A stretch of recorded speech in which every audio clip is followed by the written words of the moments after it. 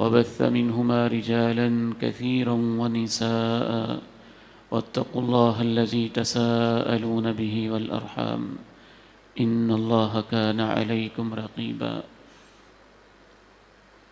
يا أيها الذين آمنوا اتقوا الله وقولوا قولا سديدا يصلح لكم أعمالكم ويغفر لكم ذنوبكم ومن يطع الله ورسوله فقد فاز فوزا عظيما اللهم صل على محمد وعلى آل محمد كما صليت على إبراهيم وعلى آل إبراهيم إنك حميد مجيد اللهم بارك على محمد وعلى آل محمد كما باركت على إبراهيم وعلى آل إبراهيم إنك حميد مجيد رب اشرح لي صدري ويسر لي أمري واحلل عقدة من لساني يفقه قولي أما بعد فإن خير الحديث كتاب الله وخير الهدي هدي محمد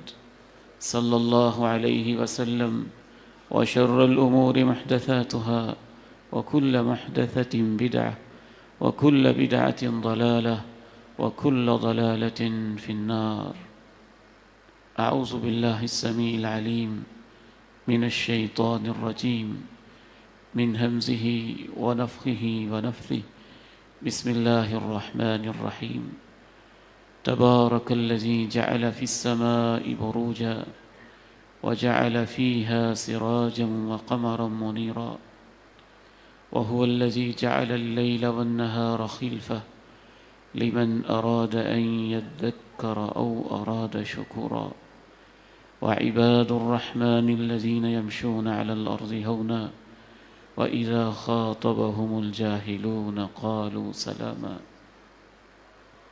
والذين يبيتون لربهم سجدا وقياما والذين يقولون ربنا اصرف عنا عذاب جهنم إن عذابها كان غراما إنها ساءت مستقرا ومقاما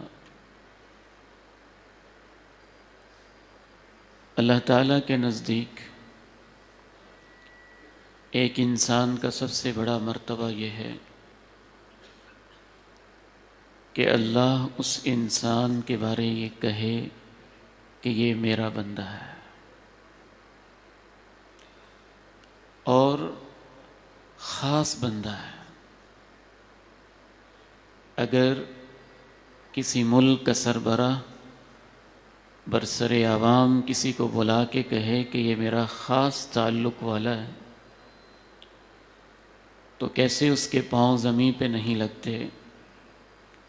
پوری کائنات کا بادشاہ جس کے بارے میں کہہ دے کہ یہ میرا خاص بندہ ہے،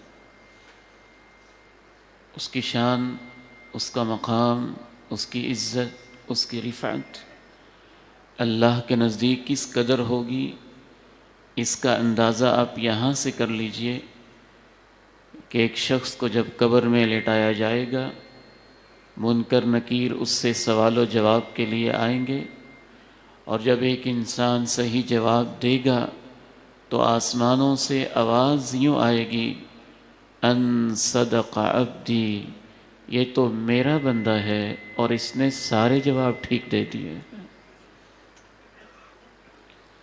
سبحان الذي أسرى بعبده ليلا من المسجد الحرام إلى المسجد الأقصى الذي باركنا حوله لنريه من آياتنا۔ امام کائنات کی عظمت کا ایک نرالا مقام وہ تھا جب آپ معراج پہ سیر کے لیے تشریف لے جا رہے تھے، اور وہاں بھی اللہ نے یہی الفاظ استعمال کیے کہ پاک ہے وہ ذات جس نے اپنے بندے کو سیر کروائی۔ ہم کلمہ شہادت میں کیا کہتے ہیں؟ اشہد ان لا الہ الا اللہ وحدہ لا شریک لہ واشہد ان محمدا عبدہ ورسولہ۔ میں گواہی دیتا ہوں کہ محمد کریم صلی اللہ علیہ وسلم اللہ کے بندے ہیں یعنی خاص بندے جن کو اللہ چاہتا ہے، جن سے اللہ محبت کرتا ہے، جن سے اللہ پیار کرتا ہے۔ میرے اور آپ کے لیے اس سے بڑا اعزاز کوئی نہیں ہے اس دنیا میں، قبر میں اور آخرت میں، کہ اللہ کہے کہ یہ میرا بندہ ہے۔ تو اللہ کے اس مقام کو، بندگی کے اس مقام کو، عبودیت کے اس مقام کو کیسے حاصل کیا جا سکتا ہے؟ سورہ فرقان میں اللہ تعالیٰ نے خاص بندوں کی 12 کے قریب علامتیں بتائیں کہ ان میں 12 کوالٹیز ہیں، 12 خصوصیات ہیں۔ آج کے اس خطبہ جمعۃ المبارک میں سورہ الفرقان کی روشنی میں ان میں سے ابتدائی 5-6 رحمان کے بندوں کی جو خوبیاں ہیں، جن کو اللہ کہتا ہے کہ یہ میرے بندے ہیں، وہ کیا کرتے ہیں، 12 کے قریب ان کی خصوصیات میں سے 5-6 آج کے اس خطبہ جمعہ میں آپ کے سامنے عرض کرنا چاہتا ہوں۔ ان کی سب سے پہلی خصوصیت، تبارک الذی جعل فی السماء بروجا وجعل فيها سراجا وقمرا منيرا وهو الذي جعل الليل والنهار خلفة لمن أراد أن يذكر أو أراد شكورا۔ پہلی ان کی خصوصیت یہ سمجھ میں آتی ہے کہ وہ کائنات میں غور و فکر کرتے ہیں، زمین میں، آسمان میں، سورج میں، چاند میں، دن میں، رات میں، خلوت میں، جلوت میں، منٹ سیکنڈ کے گزرنے میں، ہفتوں اشروں کے گزرنے میں، عمر کے مراحل کے طے کیے جانے میں وہ غور و فکر کرتے ہیں۔ تبارک الذی جعل فی السماء بروجا، بابرکت ہے وہ ذات۔ پہلے اللہ نے اپنا تعارف کروایا کہ جس کے تم نے بندے بننا ہے وہ کتنی بڑی ہستی ہے۔ تبارک الذی جعل فی السماء بروجا، بابرکت ہے وہ ذات جس نے آسمانوں میں بروج بنائے ہیں۔ عربی زبان میں برج کا معنی ہوتا ہے نمایاں چیز، صاف نظر آنے والی چیز، بلند و بالا چیز، دوسروں سے ممتاز ہونے والی اور بالکل کلیئرٹی کے اندر نظر آنے والی چیز۔ تو اللہ کی ذات وہ ہے جس کے تم نے بندے بننا ہے، جس نے آسمانوں میں برج بنائے ہیں۔ مفسرین نے، تابعین نے اس کی تفسیر میں لکھا، الکواکب العظام، آسمانوں میں برج بنانے سے مراد یہ ہے کہ اس نے آسمانوں میں بڑے بڑے ستارے بنائے۔ تبارک الذی جعل فی السماء بروجا وجعل فيها سراجا وقمرا منيرا۔ بڑے بڑے ستارے، کوئی سورج جتنے ہیں، سورج زمین سے 12 لاکھ گنا بڑا، کوئی سورج سے لاکھوں گنا بڑا، کوئی کروڑوں گنا بڑے، کوئی اربوں گنا بڑے، اور ان کی تعداد وہ کہ انسان شمار نہ کر سکے۔ جتنے سمندر کے کنارے ریت کے ذرے پائے جاتے ہیں اس کے برابر یا اس سے زیادہ لا تعداد اللہ نے آسمانوں میں ستارے بنائے ہوئے ہیں۔ بابرکت ہے وہ جس نے آسمانوں میں بڑے بڑے ستارے اور برج بنائے۔ وجعل فیہا سراجا، پھر ان میں نظر آنے والوں میں خصوصاً اللہ نے 2 ستاروں کا اسپیشل تذکرہ کیا۔ اس نے آسمان میں ایک سورج بھی بنایا، وقمرا منیرا، اور چاند بنایا جو تمہیں روشنی فراہم کرتا ہے۔ تو ایک تو تم نے اس ذات کے بندے بننا ہے جو اتنی بڑی ہستی ہے کہ اس پورے کائنات کو، پورے سولر سسٹم کو، نظام شمسی کو، پوری کائنات کو جب سے اس نے بنایا ہے، استحکام کے ساتھ، نظم کے ساتھ، اور بڑی ہی دقت اور باریک بینی کے ساتھ، خوبصورتی اور حسن و جمال کے ساتھ جو اس نظام کو چلا رہا ہے، وہ بڑی برکتوں والی ہستی ہے، بڑی برکتوں والی ذات ہے۔ پھر اللہ نے اشارہ کیا کہ جو رحمان کے بندے ہیں ان کی پہلی خوبی یہ ہے کہ وہ اس نظام میں غور کر کے نصیحت حاصل کرتے ہیں۔ وَهُوَ الَّذِي جَعَلَ اللَّيْلَ وَالنَّهَارَ خِلْفَةً لِمَنْ أَرَادَ أَنْ يَذَّكَّرَ أَوْ أَرَادَ شُكُورًا، وہی ہے جس نے دن اور رات کو ایسا بنایا کہ ایک دوسرے کے پیچھے آتے جاتے رہتے ہیں۔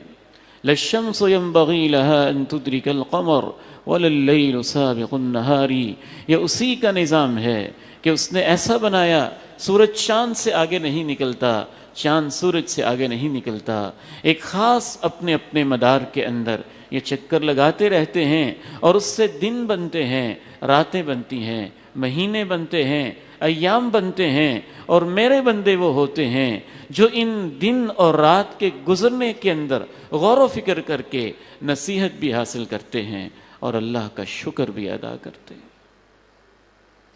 ذرا تھوڑی دیر کے لیے غور و فکر کرے نا، کہاں تھے ہم، کتنا ہمارا سائز تھا، کیسا ہمارا وجود تھا، کیسے ہم رحم مادر میں تھے، کیسے دن رات گزرے، ہم وہاں سے باہر آئے، ایک چارپائی ایک بیڈ پہ لیٹے، کیسے ہم لیٹے رہتے تھے، پھر کیسے دن اور رات گزرے، ہم نے بیٹھنا سیکھا، پھر کیسے دن اور رات گزرے، ہم نے کھڑا ہونا سیکھا، دن رات اور کیسے گزرتے گئے، ہم نے ماں باپ کی انگلیاں پکڑ کے چلنا سیکھا، دن رات کیسے گزرے، ہم لڑکپن میں داخل ہو گئے، دن اور رات گزرتے گئے، ہم جوانی کی دہلیز پہ قدم رکھنے لگے، دن رات گزرتے گئے، جوانی کے گزرنے کا پتہ نہ چلا، ہم ادھیڑ عمر میں داخل ہو گئے، دن رات گزرتے چلے گئے، ہمارے بالوں میں سفیدی چمکنے لگی، دن رات گزرتے چلے گئے، ہمارے بچے جوان ہونے لگے،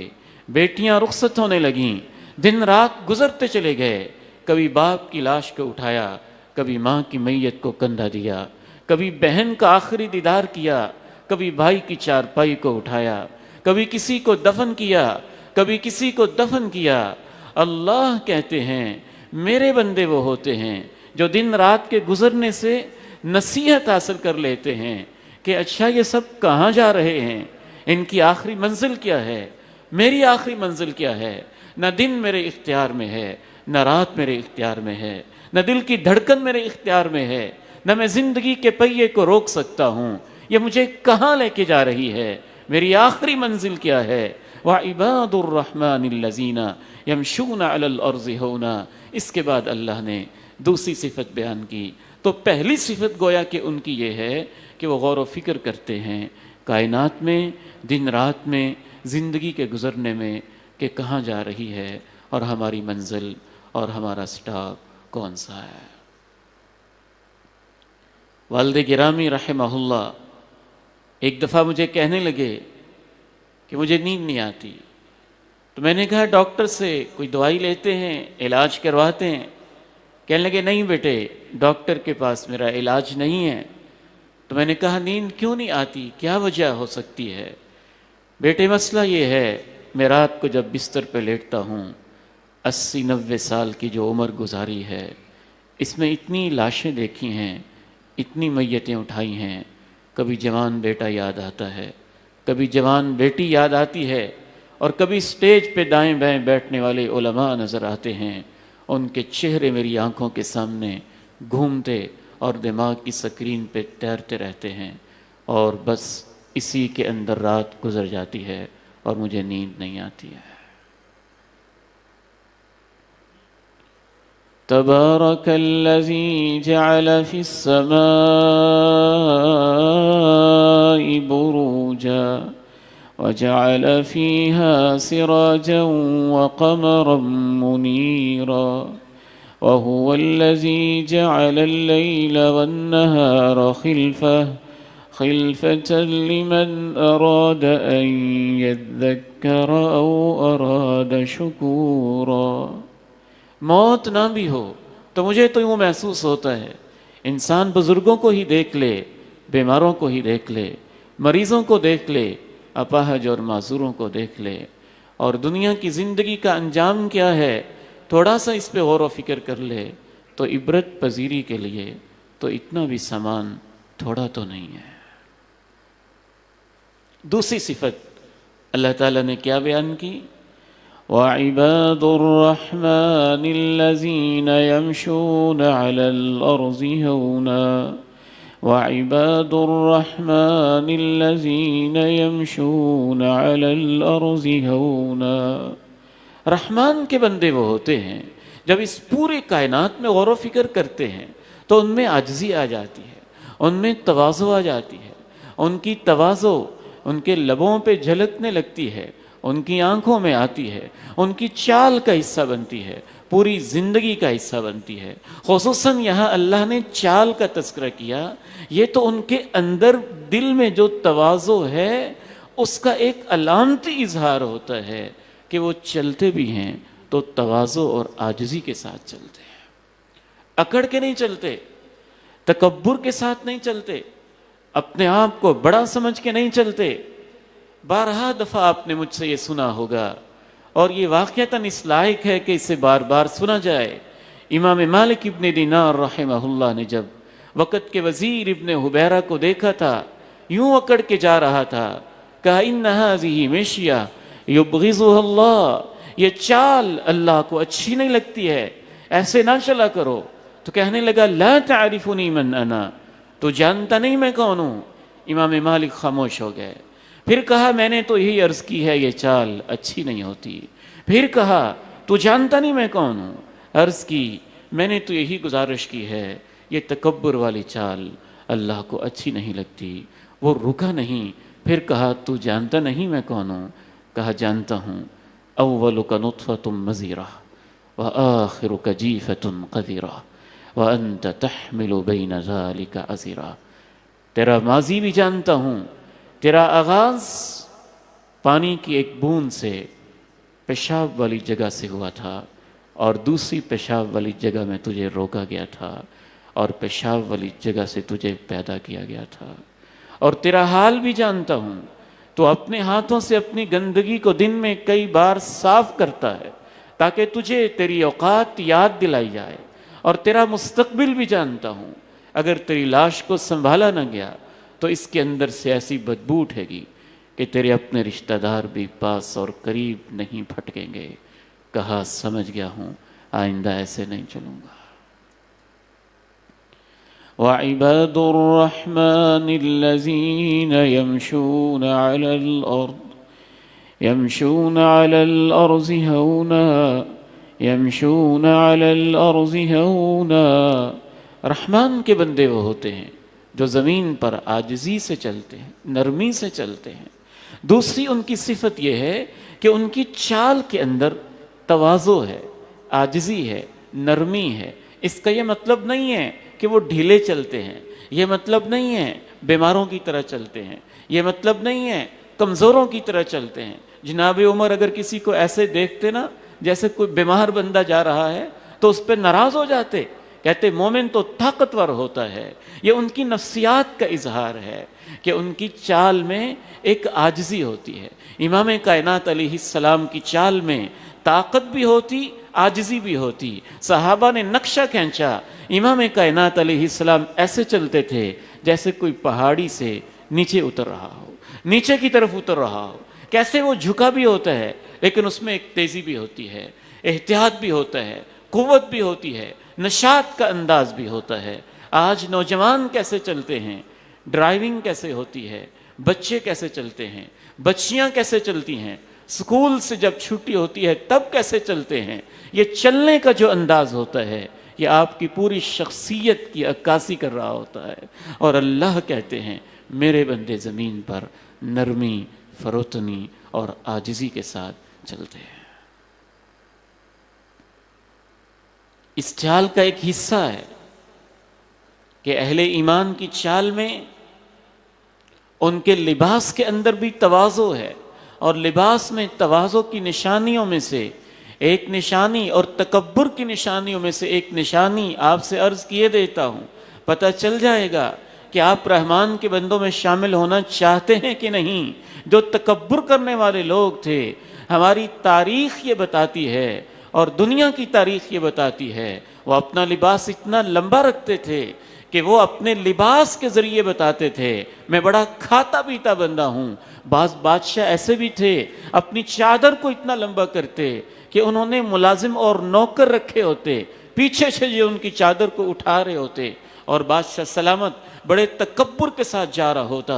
امام کائنات علیہ السلام نے امت کو عاجزی کی ایک علامت دی کہ اس امت کے جو لوگ ہوتے ہیں ان کا لباس ٹخنوں سے اوپر ہوتا ہے، ٹخنوں سے اوپر رکھنے سے عاجزی پیدا ہوتی تھی۔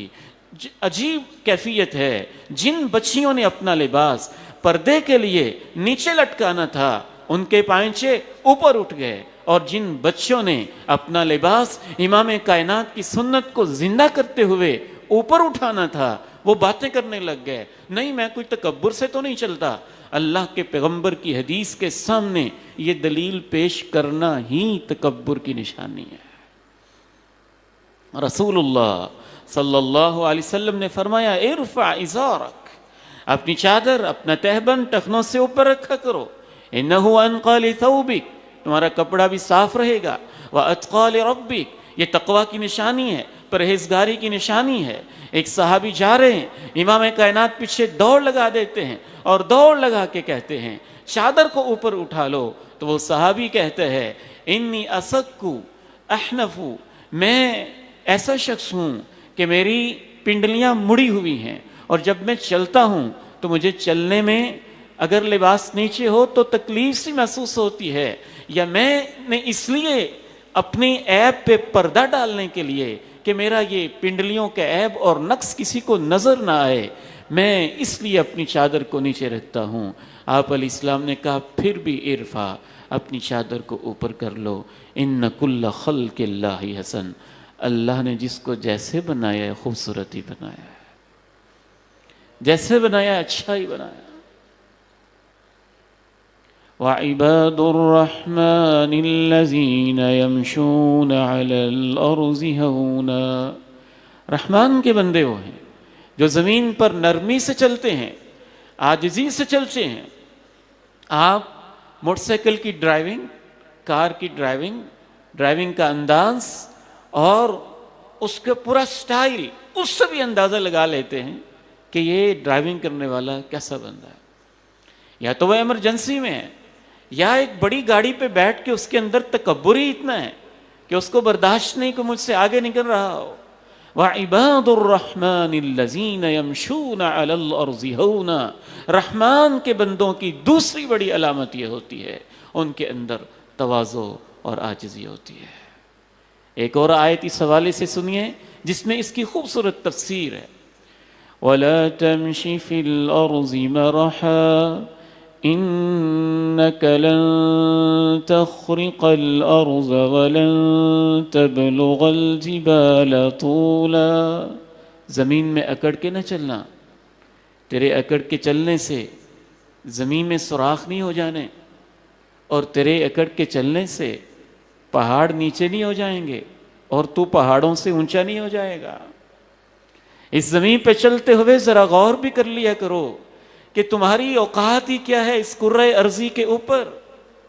جس طرح ایک چیونٹی کی انسانوں کے سامنے کوئی اوقات اور حیثیت نہیں ہے، کبھی کبھی تو میں سوچتا ہوں اس پوری کائنات میں ہماری اوقات تو اتنی بھی نہیں ہے۔ اللہ ہی کا تو فضل ہے کہ ہم جی رہے ہیں، اسی کی رحمت ہے، اسی کی عظمت، اسی کی مہربانی، اسی کے سہارے تو ہم سانس لیتے ہیں۔ آپ کو یاد ہوگا اس نوجوان کا واقعہ جو میں نے غالباً پہلے بھی ایک دو دفعہ آپ کے سامنے عرض کیا تھا۔ والد محترم نے جب اسے سمجھایا اور کہا کہ بیٹے نماز پڑھا کریں، تو اس نے جواب دیا مولوی صاحب کیا آپ ہمیں قبر آخرت سے ڈراتے رہتے ہو؟ اور اس نے اپنے بازو یوں نکال کے اور اپنی قوت اور جوانی دکھا کے کہا کہ میں تو ہر پہلوان کو پچھاڑ دیتا ہوں، میں اتنا طاقتور ہوں، میں قبر کے اندر جا کر میں نے وہاں بھی اپنا کندھا لگایا تو قبر بھی کھل جائے گی۔ کبھی کبھی انسان اتنا بھی تکبر میں آ جاتا ہے۔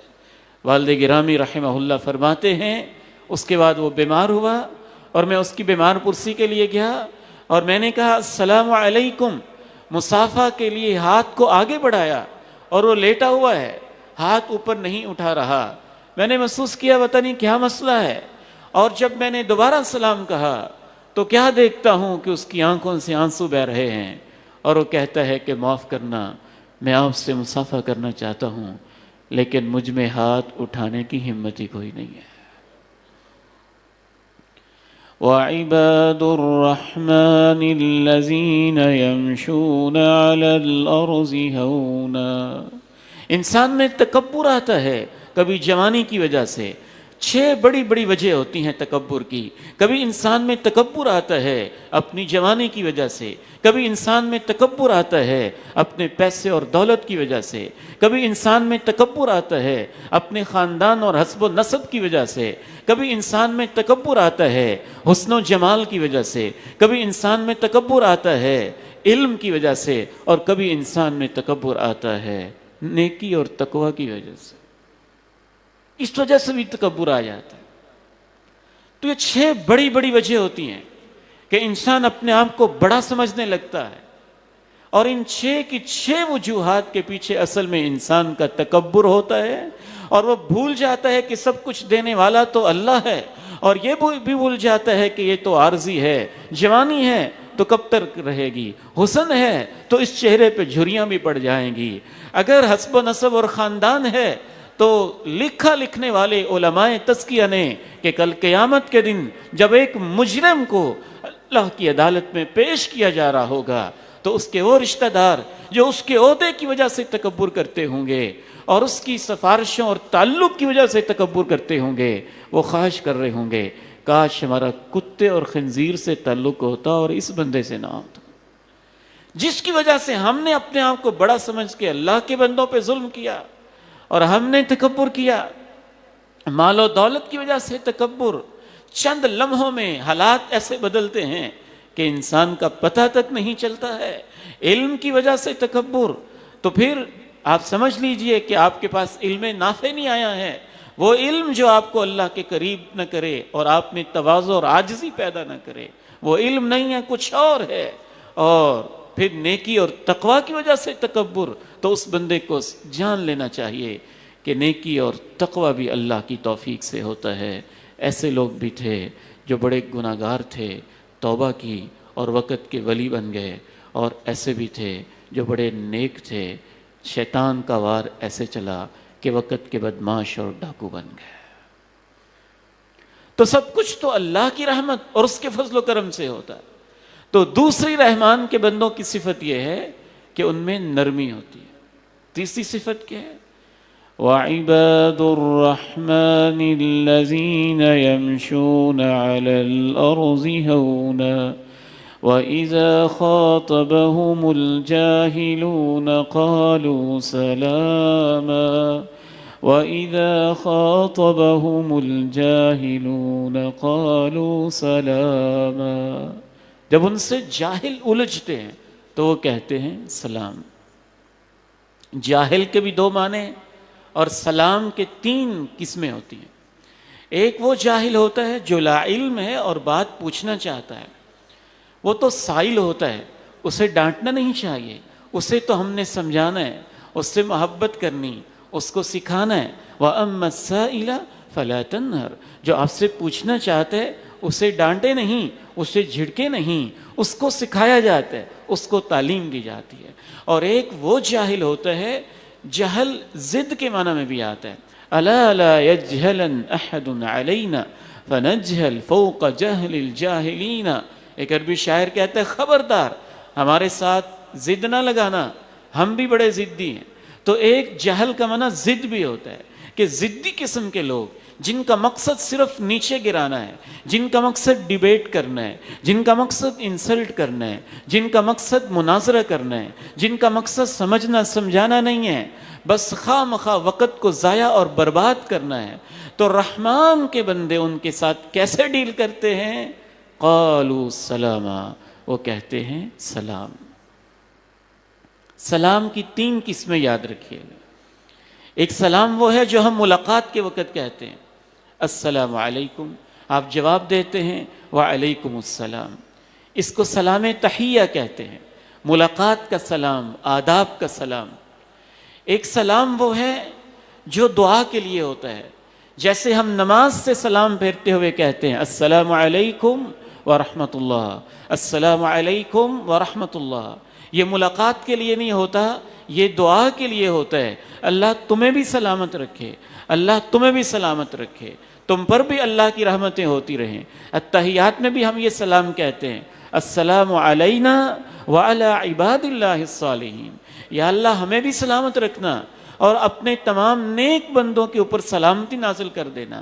قبرستان میں جاتے ہوئے بھی ہم یہی سلام کہتے ہیں السلام علیکم اہل الدیار، السلام علیکم اہل القبور. اے قبر والو اللہ تمہیں سلامت رکھے قبر کے عذاب سے، قبر کی تکلیفوں سے، جہنم کی لو سے. اللہ تعالیٰ تمہیں سلامت رکھے مختلف قسم کی تکلیفوں سے، برزخ کے عذابات سے. یہ دعا والا سلام ہوتا ہے، اس میں جواب نہیں دیا جاتا، مقصد دعا دینا ہوتا ہے. ہم نے دعا دی، اللہ نے سن لی، اللہ کو قبول ہوئی تو اللہ تعالیٰ قبول کر کے جس کو دعا دی ہے اس سے سلامتی نصیب کرے گا.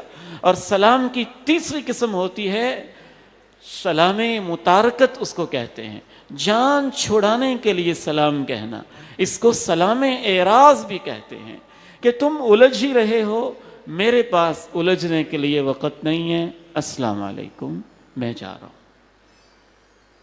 تو رحمان کے بندوں کا یہ والا جو سلام ہے، یہاں تیسرا سلام مراد ہے کہ جب ان سے جاہل الجھتے ہیں تو وہ الجھنے نہیں لگ جاتے، وہ کہتے ہیں سلامہ، ٹھیک ہے جی السلام علیکم. وَإِذَا خَاطَبَهُمُ الْجَاهِلُونَ قَالُوا سَلَامًا وَإِذَا خَاطَبَهُمُ الْجَاهِلُونَ قَالُوا سَلَامًا. جب ان سے جاہل الجھتے ہیں تو وہ کہتے ہیں سلام.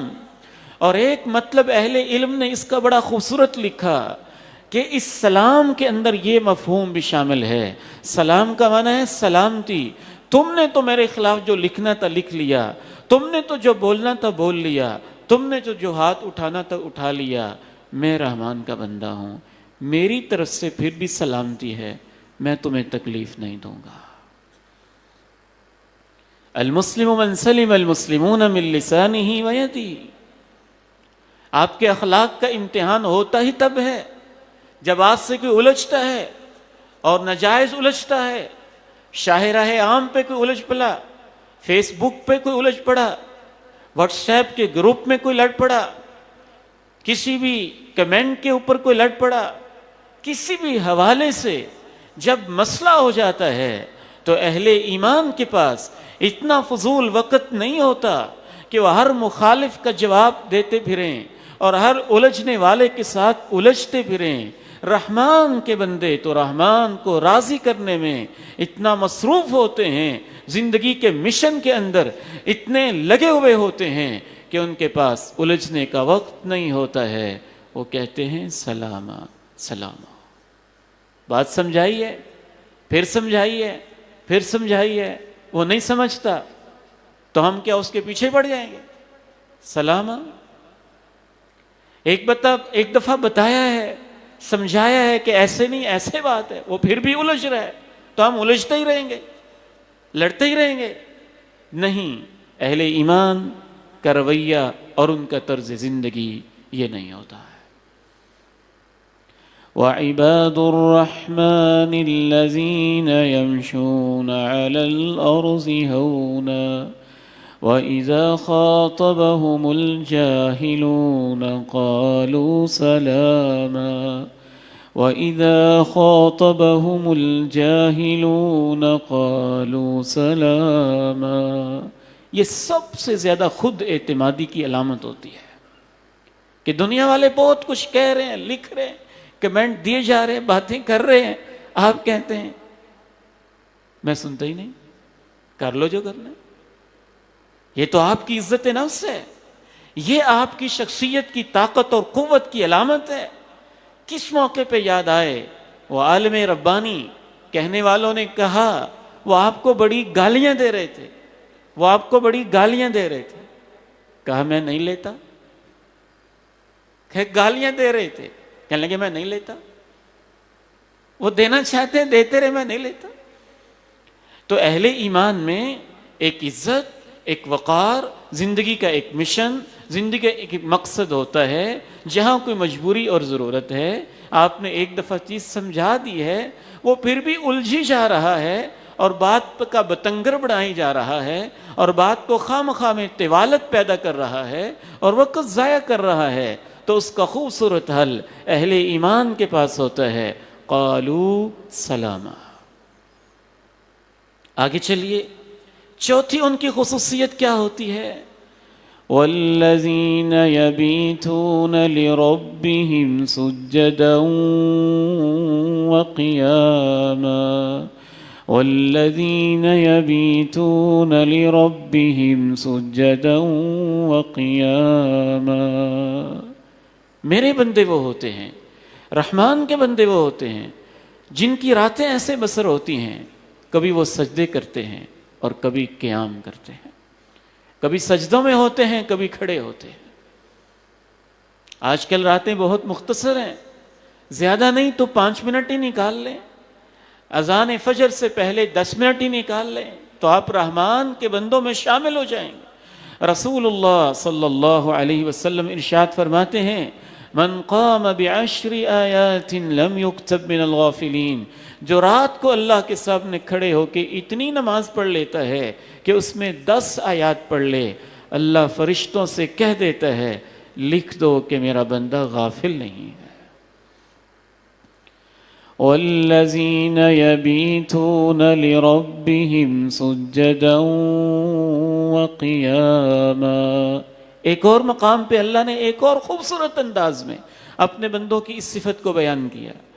تتجافى جنوبهم عن المضاجع يدعون ربهم خوفا وطمعا ومما رزقناهم ينفقون. میرے بندے وہ ہوتے ہیں ان کے پہلو ان کے بستروں سے جدا ہو جاتے ہیں، وہ اپنے رب کو یاد کرنے لگتے ہیں، خوف کی وجہ سے، جہنم کے خوف کی وجہ سے اور جنت کے شوق کی وجہ سے. ایک اور خوبی رحمان کے بندوں کی اگلی آیت مبارکہ میں جو اللہ تعالیٰ نے بیان کی ہے، مجھے اور آپ کو شاید کہ اس کی سب سے زیادہ ضرورت ہے. والذین یقولون ربنا اصرف عنا عذاب جہنم ان عذابها كان غراما انها ساءت مستقرا ومقاما. رحمان کے بندے وہ ہوتے ہیں جن کے لب پہ یہ دعا ہوتی ہے، اے ہمارے رب ہم سے جہنم کا عذاب پیچھے ہٹا دینا. بے شک اس کا عذاب تو چمٹ جاتا ہے. انہا ساعت مستقرہ، ہمیشہ وہاں رہنا پڑے تب بھی بہت بری جگہ ہے. ومقاما، تھوڑی دیر کے لیے رکنا پڑے، مستقرہ تھوڑی دیر کے لیے رکنا پڑے تب بھی بہت بری جگہ ہے. ومقاما، ہمیشہ وہاں قیام کرنا پڑے، وہیں رہائش رکھنی پڑے تب بھی بہت بری جگہ ہے. امام ابن کثیر رحمہ اللہ رحمتاً واسعہ نے اس کی تفسیر میں لکھا کہ جہنم کے اندر کچھ ایسے مقامات ہیں کہ جب جہنمیوں کو پھینکا جائے گا تو ان جگہوں کے اندر سے ایسے ایسے سانپ نکلیں گے اور ایسے ایسے بچھو نکلیں گے جیسے دنیا کے اندر گھوڑوں کا اور خچروں کا سائز ہوتا ہے، اور وہ ان کو نوش رہے ہوں گے. تو یہ رحمان کے بندے ہیں جو جہنم سے ڈرتے ہیں. اگر ہماری زندگی سے خوف ختم ہی ہو گیا ہے تو سمجھ لیجئے کہ جتنا خوف ختم ہوا ہے اس قدر ہم رحمان کے بندے نہیں رہے. نہ تو رحمان کے بندے اتنے مایوس ہوتے ہیں کہ وہ ہر وقت ڈرتے ہی رہیں اور جنت کی امید ہی ختم ہو جائے، اور نہ ہی رحمان کے بندے ان پہ امید کا پہلو اتنا غالب آتا ہے کہ وہ سمجھیں کہ ہم تو جہنم میں جا ہی نہیں سکتے. نہیں، رحمان کے بندے اپنے گناہوں کی طرف دیکھتے ہیں تو ڈرتے ہیں کہ کہیں جہنم کا ایندھن نہ بن جائیں، اور اللہ کی رحمت کو دیکھتے ہیں تو امید رکھتے ہیں کہ اللہ ہمیں بچائے گا اور جنت کا داخلہ نصیب کرے گا۔ والد گرامی رحمہ اللہ ایک دفعہ مجھے کہنے لگے، بیٹے جنت اتنی بڑی ہے، زمین و آسمان سب سمیٹ دیے جائیں تو جنت کی چوڑائی میں رکھے جا سکتے ہیں، اتنی بڑی جنت ہے۔ محبت سے کہنے لگے، اللہ کے تو کوئی رشتہ دار نہیں ہے، اللہ نے ان کو نہیں دینی، اپنے بندوں کو ہی دینی ہے، اپنے بندوں کو ہی دینی ہے۔ لیکن پھر پریشان ہو گئے، کہنے لگے یہ تو بڑی امید ہے کہ اللہ ہمیں جنت دے گا اور اس سے محروم نہیں کرے گا، لیکن ڈر یہ لگتا ہے کہیں ایسے نہ ہو کہ گناہوں کی وجہ سے پہلے جہنم کے چکر لگوائے جائیں کہ اتنی سزا بھگتو پھر تم باہر جاؤ گے اور نکلو گے اور جنت میں پہنچو گے۔ تو فرمانے لگے دعا یہ ہونی چاہیے کہ اللہ ہمیں بغیر حساب اور عذاب کے جنت نصیب کرو۔ والذین یقولون ربنا اصرف عنا عذاب جہنم ان عذابها كان غراما انها ساءت